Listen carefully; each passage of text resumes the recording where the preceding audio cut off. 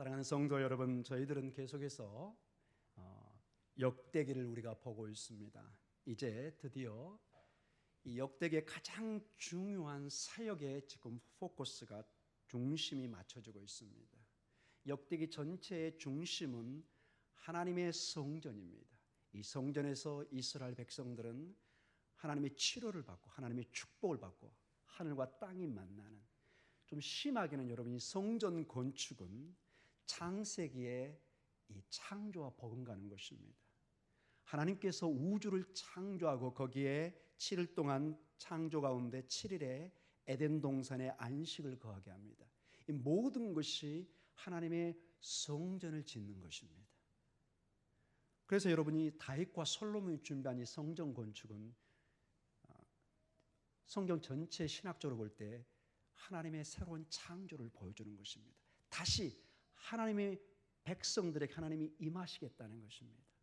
하나님이 이스라엘 백성들을 애굽으로, 때로는 저기 바벨론으로 보낸 것은 마치 아담과 하와가 에덴 동산에 쫓겨나는 과정과 비슷합니다. 성경에 보면은 이들의 포로의 과정은 약속의 땅에서 떠나는 것입니다. 마치 창세기에 이스라엘 백성과 대표되는 그 아담과 하와가 성전에서 이 에덴 동산에서 쫓겨나는 모습과 거의 동일한 신학적인 해석을 내립니다. 즉 하나님께서 임재의 자리에서 떠난 것입니다. 마치 에스겔서에서 하나님의 영광의 성전에서 떠나는 모습으로 표현되고 있습니다. 그런데 오늘 역대기에 보면 다시 하나님께서 성전의 건축을 통해서 하나님의 임재를, 하나님이 다시 그 백성들과 만나겠다는 약속의 사인을 주고 있습니다. 거기에 중심에 오늘 다윗과 누가 있죠? 솔로몬이 있습니다. 여러분, 다윗과 솔로몬이 왜 위대하냐? 이 일을 했기 때문에 그렇습니다. 여러분, 왜 우리 성도들이 귀할까요? 여러분, 밖에 나가면 세상 사람과 우리는 전혀 다를 바가 없습니다. 그러나 우리는 고린도전서에 보면 뭐죠? 하나님의 성전이요 하나님의 성령이 거하는 곳입니다. 아멘. 하늘과 땅이 우리 안에서 만나고 있는 것, 이건 신비입니다. 예수 그리스도의 생명이 빛이 우리 안에 있기 때문에 우리는 귀하고 또 귀한 것입니다. 다윗과 솔로몬이 결국 보면은 귀한 것은 그들이 하나님의 임재의 상징인, 새로운 창조의 상징인 이 성전을 준비하고 건축했기 때문에 하나님이 그것을 기쁘게 보시고 그것을 통해서 다윗을 축복한다는 것은 결국은 이스라엘 백성을 축복하는 거고 하나님의 백성들을 축복하는 것입니다. 예수 그리스도 안에서 우리를 하나님께서 동일하게 축복하는 과정을 구약에서 보여주고 있는 것입니다. 그래서 여러분, 이 성전 건축과 이 준비는 우리가 가볍게 보면 안 됩니다. 이 역대기 신학의 핵심 중에 하나입니다.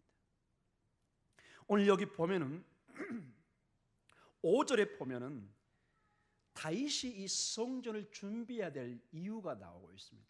우리 5절을 같이 한번 읽도록 하겠습니다. 시작.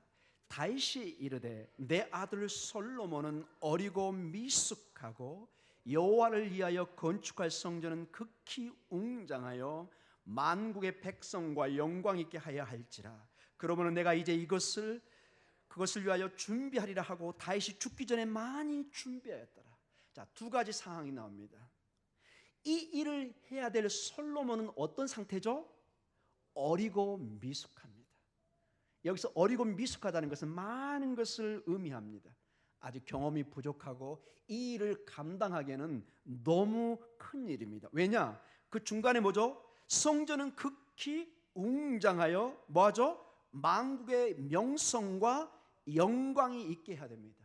이게 단순한 어떤 프로젝트가 아니에요.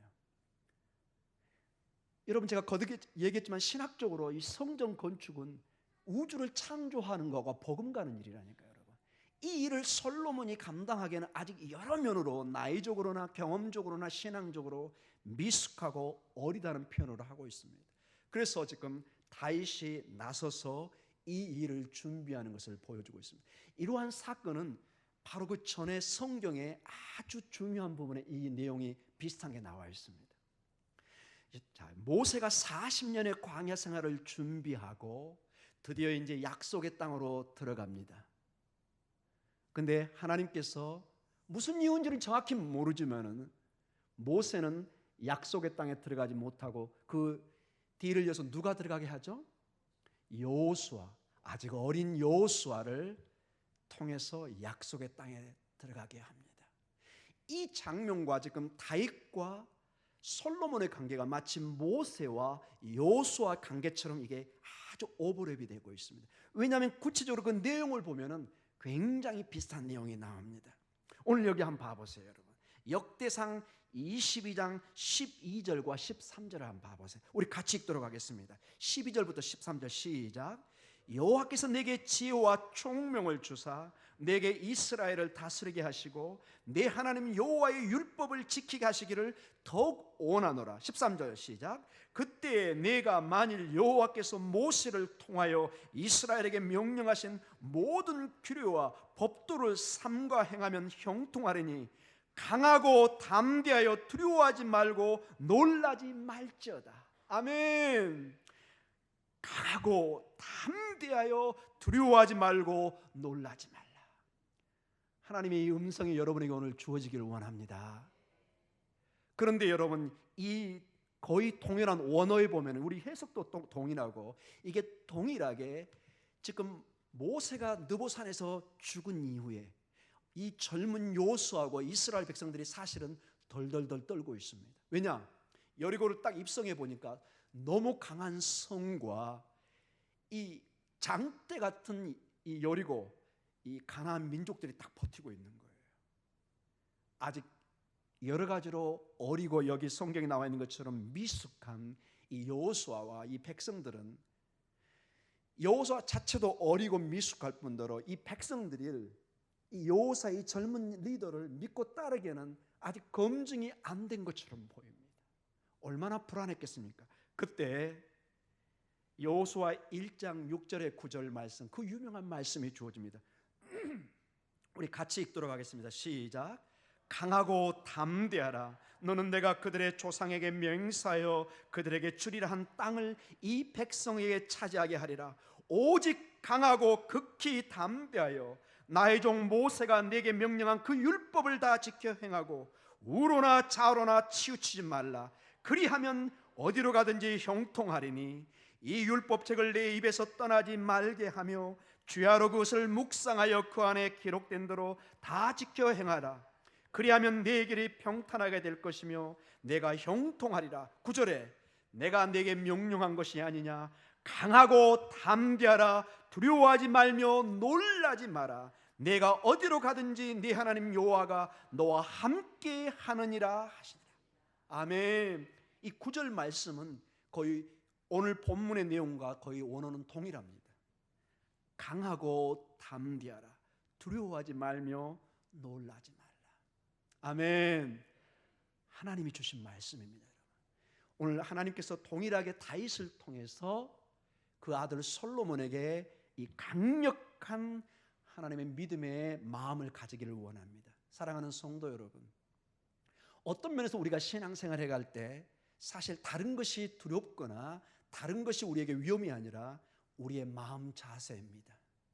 우리가 먼저 겁을 먹고 물러서면 어떤 일을 감당하지 못할 때가 있습니다.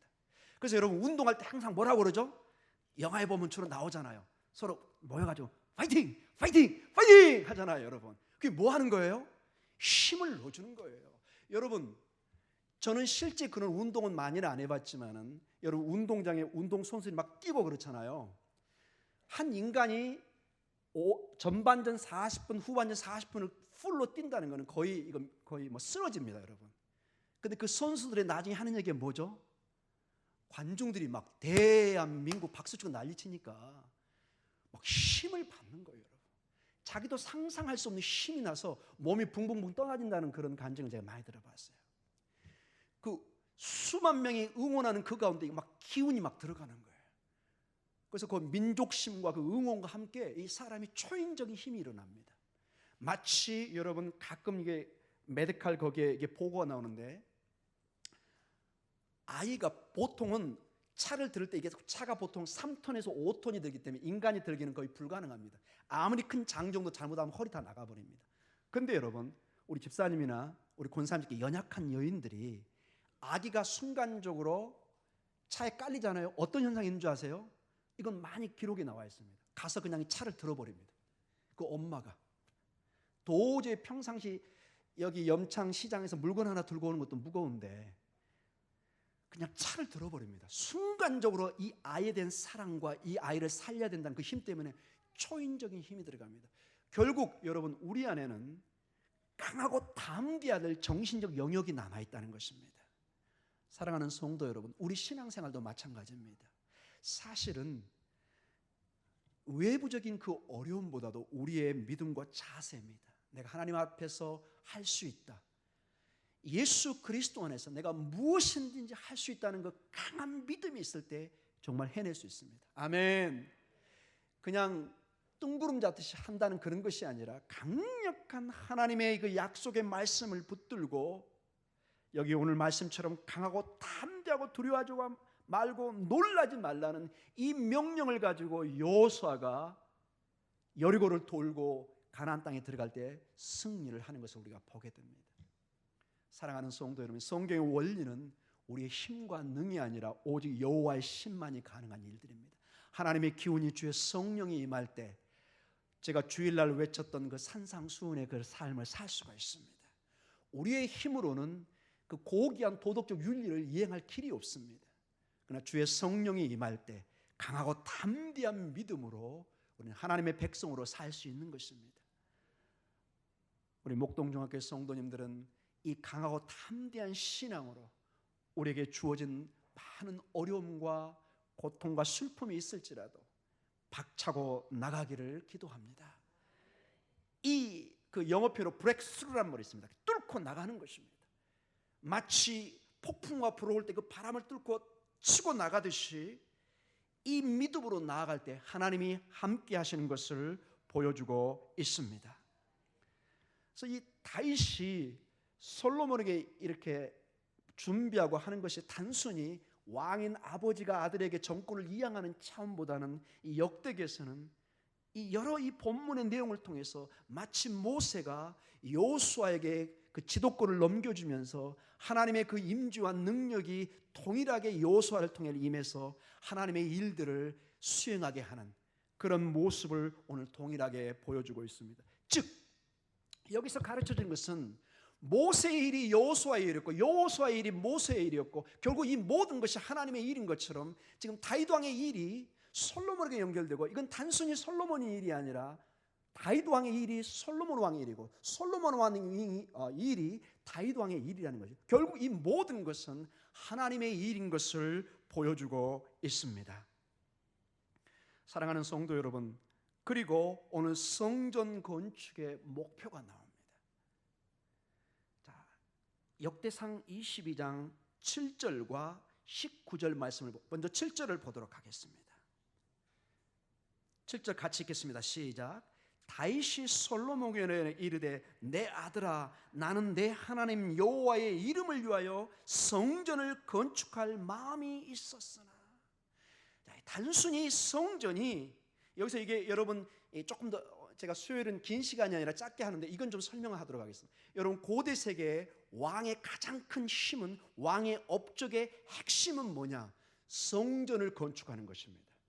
그래서 이 왕이 자기 위엄을 나타냅니다. 마치 헤롯 대왕이 자신의 약점인, 헤롯 대왕은 여러분 유대인의 순수 피를 가지지 못했습니다. 에돔 사람이었습니다. 그래서 유대인들이 항상 경계의 눈초리로 봤습니다. 다윗의 후손이 아닌데. 그것을 만회하기 위해서 지었던 것이 예수님 당시 그 헤롯 성전입니다. 큰 40년 내지 60년에 걸쳐서 그 성전을 지었던 것입니다. 고대 세계의 공통된 특징은 왕은 자기 위엄을 이 성전을 지음으로써 이걸 나타냅니다. 그런데 오늘 7절에는 다윗이 분명하게 못을 받고 있습니다. 이건 다윗의 명성이나 위엄을 나타내는 것이 아니라 내 하나님 여호와의 이름을 위하여, 아멘, 하나님의 이름을 높이는 것을 보여주고 있습니다. 19절에, 22장 19절에 이런 말씀이 나옵니다. 같이 한번 읽어보겠습니다. 19절 시작. 이제 너희는 마음과 뜻을 바쳐서 너희 하나님 여호와를 구하라. 그리고 일어나서 여호와 하나님의 성전을 건축하고 여호와의 언약궤와 하나님의 성전의 기물을 가져다가 여호와의 이름을 위하여 건축한 성전에 들게 하라. 아멘. 여호와의 이름이 반복되고 있습니다. 여러분, 이 성전의 핵심은 여호와의 이름을 높이는 것입니다. 너희가 내 집에 와서 내 이름으로 겸손히 기도하고 간구할 때 하나님이 내려오셔 치료하겠다고 역대하 7장 14절에 말씀하고 계십니다. 우리가 이 예배당에 와서 구해야 될 것은 여호와의 이름, 이제 신약 성경에 와서는 예수의 이름을 구하는 것입니다. 우리의 모든 기도를 예수의 이름으로 간구할 때 하늘에 계신 아버지께서 응답하시겠다고 말씀하고 계십니다. 이 하나님의 아들이신 예수 그리스도의 이름이 그토록 소중하고 파워풀합니다. 우리의 예배의 중심에 그래서 하나님이 중심이 되고 그 이름, 예수 그리스도의 이름을 높여야 되는 것입니다. 제가 2주 전인가요? 저번 주에 이 이름의 중요성을 얘기했죠. 여러분, 이름이라는 건 그 사람의 정체성이고 모든 것을 얘기한다고 그랬습니다. 그래서 그 이름을 이 종이에 적는 것은 그 사람의 운명을 적는 행동이라고 고대 세계는 믿었습니다. 그래서 절대로 아무나 이 이름을 적거나 이름을 고치지를 못했습니다. 그 사람의 이름이 변하는 것은 모든 그 사람의 운명과 갈 길이 정해지는 것입니다. 아브라함에서 아브라함으로 변했죠. 모든 만민의 열국의 아버지의 이름으로 변하는 그런 모습을 보여주고 있습니다. 즉 하나님의 이름, 그 이름이 우리에게는 중요합니다. 우리의 모든 기도를 다 한 다음에 꼭 우리가 부탁하는 게 있죠. 처음에 우리 초신자님께 오면은 누구의 이름으로 마치라고 그러죠? 예수님의 이름으로 기도합니다. 될 수 있으면 여러분 과거형보다는 현재형을 쓰는 거 좋습니다. 왜냐? 지금 당장 기도하기 때문에 예수님의 이름으로 기도드립니다. 기도합니다. 기도하였습니다. 과거형은 어떤 교수들은 좋지 않다고 얘기합니다. 이건 참고적인 얘기입니다. 저는 크게 이렇게 구별은 안 하는데 우리 장로교 우리 합동 측에서는 주로 이렇게 현재형으로 쓰라고 합니다. 지금 하나님 앞에 기도하고 있고 지금 하나님의 응답이 떨어지도록. 아멘. 여호와의 이름이 그토록 중요합니다. 사랑하는 성도 여러분, 그리고 이 성전 건축에 중요한 두 번째 중요한 점이 있습니다. 오늘 5절에 우리가 읽었던 5절을 다시 한번 봐보도록 하겠습니다. 우리 같이 한번 다시 읽도록 하겠습니다. 시작. 다윗이 이르되 내 아들 솔로몬 어리고 미숙하고 여호와를 위하여 건축할 성전은 극히 웅장하여 만국의 명성과 영광이 있게 하여라 할지라. 이렇게 나옵니다. 자, 이 성전의 두 번째 중요한 기능이 먼저는 하나님의 이름이 높아지고 둘째로는 만국이 와서 하나님을 예배하는 장소입니다. 만민이 이 예배당, 이 성전으로 모이게 한다는 것입니다. 그래서 이사야도 보면은 예루살렘으로 모든 만민이 와서 거기서 주의 말씀을 배우고 예배하는 모습이 나옵니다. 즉 이 예배당은, 이 성전은 만민이 하나님께 예배하는 장소라는 것입니다. 창세 때부터 하나님의 구원의 역사가 펼쳐지면서 이것은 명확하게 약속에 주어진 것입니다.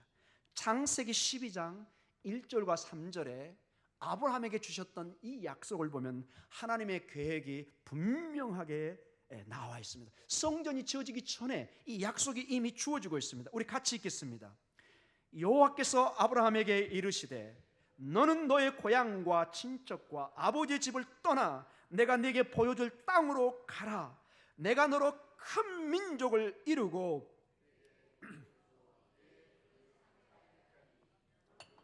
3절이요. 너를 축복하는 자에게는 내가 복을 내리고 너를 저주하는 자에게는 내가 저주하리니 땅의 모든 족속이 너로 말미암아 복을 얻을 것이라.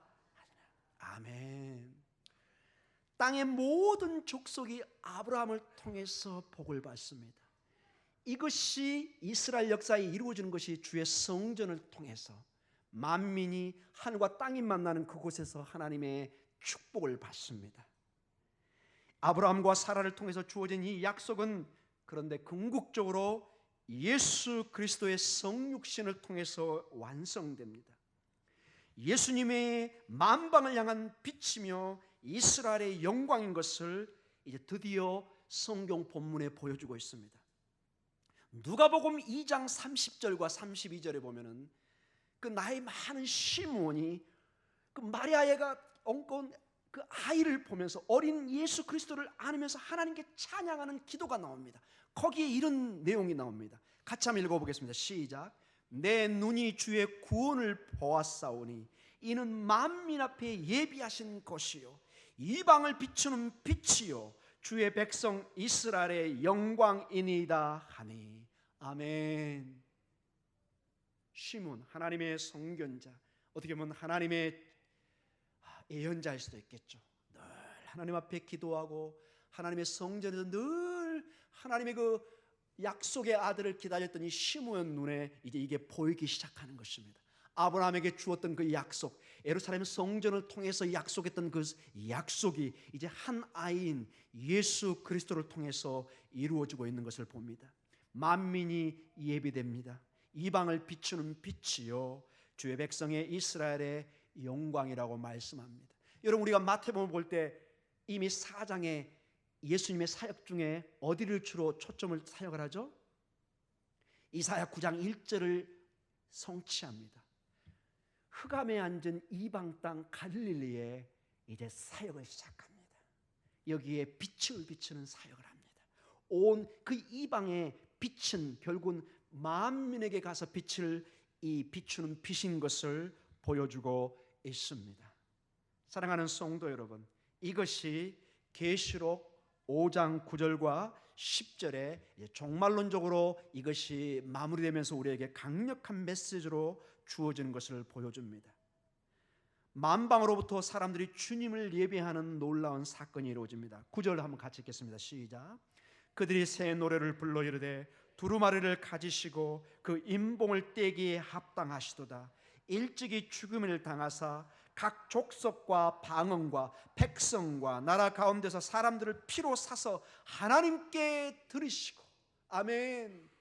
예수 그리스도의 십자가의 보혈로 모든 만민을 사서 누구든지 예수의 이름을 믿는 사람들은 다 하나님 앞에 모이게 합니다. 모든 만민이 그 혀가, 무릎이, 입술이 다 엎드리고 벌려서 이 하나님의 아들 예수 그리스도를 찬양하고 높입니다. 10절에 그들로 우리 하나님 앞에서 나라와 제사장들을 삼으셨으니 그들이 땅에서 왕 노릇하리로다. 왕 같은 제사장으로 이 어린 양 예수 그리스도를 높이는 것을 보여주고 있습니다. 결론적으로 말씀을 맞추겠습니다. 에덴 동산의 그 모든 과정이 사실은 이스라엘 역사의 성전 건축으로 나타납니다. 그러나 이 모든 것은 에덴 동산과 성전의 건축, 이 모든 것은 궁극적으로 예수 그리스도 안에서 이루어질 실체인 것을 보여줍니다. 구약은 그림자입니다. 요한복음 1장 14절에 말씀이 육신이 되어 우리 안에 거합니다. 스케노라는 단어가 나와 있어요. 스케노. 이게 미식한 구약의 회막의 그 단어를 그대로 헬라어로 가져왔습니다. 에스케노사 이런 식으로 나옵니다. 즉 그 텐트가, 그 휘장이, 회막이 우리 안에 텐트를 친다, 이런 식으로 원어에 나와 있습니다. 우리 번역은 이것을 다 담지는 못했습니다. 이제는 예수님이 친히 성전이 되셔서 우리 안에 성전으로 임하십니다. 아멘. 이제 우리가 주의 성전이 되고 주의 성령이 임하는 거룩한 장소가 되는 것입니다. 이제 우리가 뭘 해야 되겠죠? 오늘 두 가지 기능이 뭐죠? 성전의 첫 번째 기능, 하나님의 이름을 높이는 것입니다. 아멘. 여러분은 제가 거듭 강조하지만 정말로 고귀한 신분이요 정체성을 가지고 있습니다. 왜냐? 그 누구도 할 수 없는, 천사도 흠모하는 하나님의 이름을 높일 수 있는 자격이 부여된 사람들입니다. 아멘. 그리고 우리를 통해서 만민이 하나님께로 나오게 하는 왕 같은 제사장의 역할을 감당할 수가 있습니다. 이건 천사도 감당할 수가 없습니다.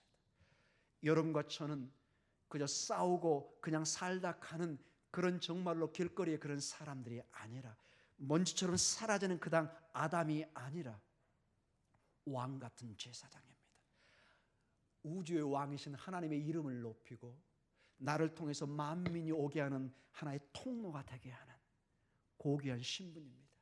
이 놀라운 가능성과 꿈과 비전을, 그리고 실제 여러분 안에 이루어지고 있는 놀라운 하나님의 꿈과 비전과 생명과 그 가치를 오늘도 더욱 높이시는 여러분 되기를 축복하며 기도합니다. 여러분은 정말로 이 정체성을 이해하셔야 됩니다. 이의 것은 다 지나갔습니다. 이제 예수 그리스도 안에 우리는 새 것이 되었습니다. 새로운 피조물이요, 새로운 하나님의 성전이요, 주의 성령이 우리 안에 임하여서 예수 그리스도의 이름을 높이고 만민이 우리를 통해서 하나님을 찬양하게 하는 구원의 통로의 그 도움 역할을 하는, 어떻게 보면 노아의 방주의 역할을 감당하게 하는 놀라운 신분인 것을 보시기 바랍니다. 우리 시간에 기도하는 시간을 갖도록 하겠습니다.